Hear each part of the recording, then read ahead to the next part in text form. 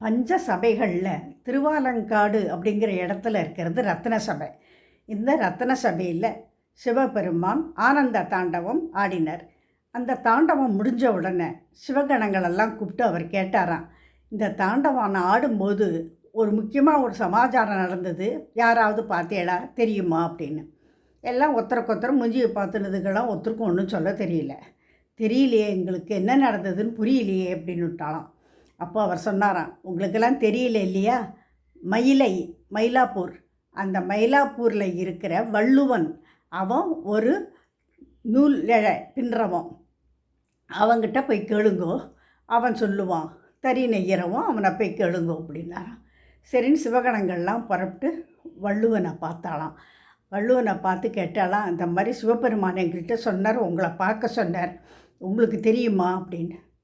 நான் அதுக்கே தாண்டவத்தை பார்க்கவே வரலையேப்பா அப்படின்னாராம். இல்லை உங்களுக்கு தான் தெரியும்னு சொன்னார் அப்படின்னா.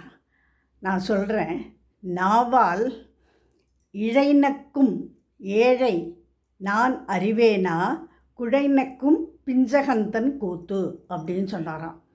இவளுக்கு அதுவும் புரியலையா. இதுக்கு என்ன அர்த்தம்னாக்க, நாக்குனால் இந்த இழை பின்றவருக்கு இல்லையா நெசவாளிகள்லாம், அவள் அந்த இழை கொஞ்சம் முன்ன பின்ன விட்டு போயிடுத்துனா நாக்கில் இருக்கிற எச்சலை தொட்டு பண்ணினாள்னா அந்த இழை சேருமா. அது மாதிரி குழைநக்கும் பிஞ்சகம்லாம் என்னென்னா, நான் தாண்டவம் ஆடின்னு இருக்கும்போது சிவபெருமான் காதில் இருந்த குழை, அதாவது காதணி கீழே விழுந்துருத்தான்.